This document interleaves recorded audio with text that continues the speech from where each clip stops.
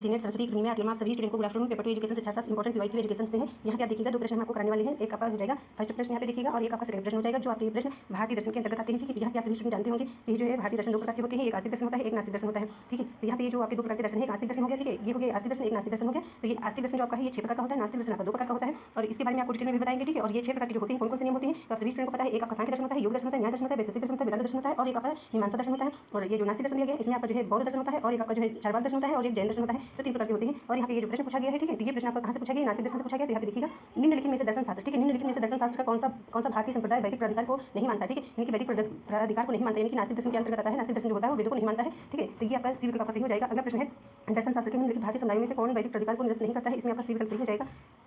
सी विकल्प सही हो जाएगा सांख्य दर्शन। ठीक है, तो ये जो है आपका आस्तिक दर्शन के अंतर्गत आता है। ये प्रश्न आपका आस्तिक दर्शन से लिया गया है। ठीक है, तो यहाँ पे पूछा कि दर्शन शास्त्र के निम्नलिखित भारतीय समुदायों में से कौन वैदिक प्राधिकार को निरस्त नहीं करता है, यानी कि वेदों को स्वीकार करता है। ठीक है, यानी कि यहाँ पे निरस्त नहीं करता है, यानी कि निरस्त नहीं करता कि वैदिक प्राधिकार को स्वीकार करता है, यानी कि प्रमाणों को मानता है। ठीक है, तो इसमें सांख्य दर्शन हो जाएगा और बाकी ये जो है ये आपके नास्तिक दर्शन के अंतर्गत आते हैं, चारवाक दर्शन, बौद्ध दर्शन, जैन दर्शन।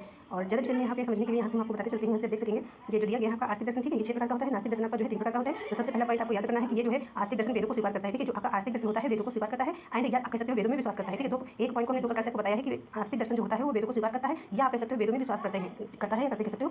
और अगला पॉइंट आपका है वेदों को प्रमाण मानते हैं, यानी कि आस्तिक दर्शन जो होता है वेदों को प्रमाण मानते हैं। और एक आपका पॉइंट है सरदर्शन, यानी आस्तिक दर्शन को जो है सरदर्शन या जो है सनातन दर्शन भी कहा जाता है। यदि आपसे कोई पूछे आस्तिक दर्शन में जो है सरदर्शन पूछा जाए कि किससे रिलेटेड है तो आपको बताना है आस्तिक दर्शन से संबंधित है, यानी कि बोला जाता है आस्तिक दर्शन को। ठीक है, इसमें 6 प्रकार के होते हैं, तो इसे सरदर्शन या सनातन दर्शन कहा जाता है।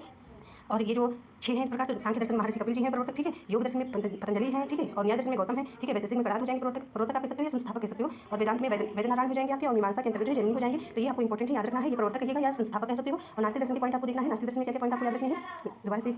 ये नास्तिक दर्शन है जो 3 प्रकार की है। ठीक है, तो इसमें आप पहला पॉइंट देखिएगा वेदों को स्वीकार नहीं करते। इसमें जो आस्तिक दर्शन स्वीकार करता है वेदों को, जो नास्तिक दर्शन जो है वेदों को स्वीकार नहीं करते हैं या कहिएगा वेदों में अविश्वास करते हैं। ठीक है, अविश्वास करते हैं या स्वीकार नहीं करते हैं। और अगला पॉइंट आपका होगा दूसरा पॉइंट वेदों को प्रमाण नहीं मानते। ठीक है, वेदों को प्रमाण नहीं मानते या जो अथॉरिटी नहीं देते, यहाँ पे जो लिखा प्रश्न आपको पूछा गया था। ठीक है,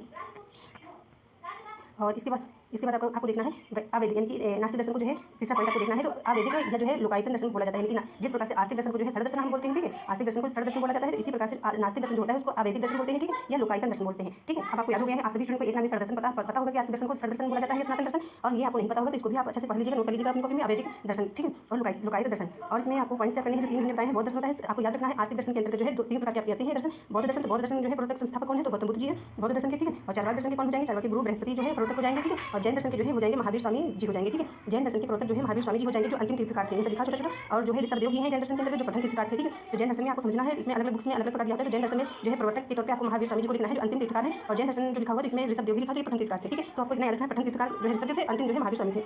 ज़्यादा डिटेल में समझने के लिए थोड़ा बहुत यहाँ से आप पढ़ लीजिए।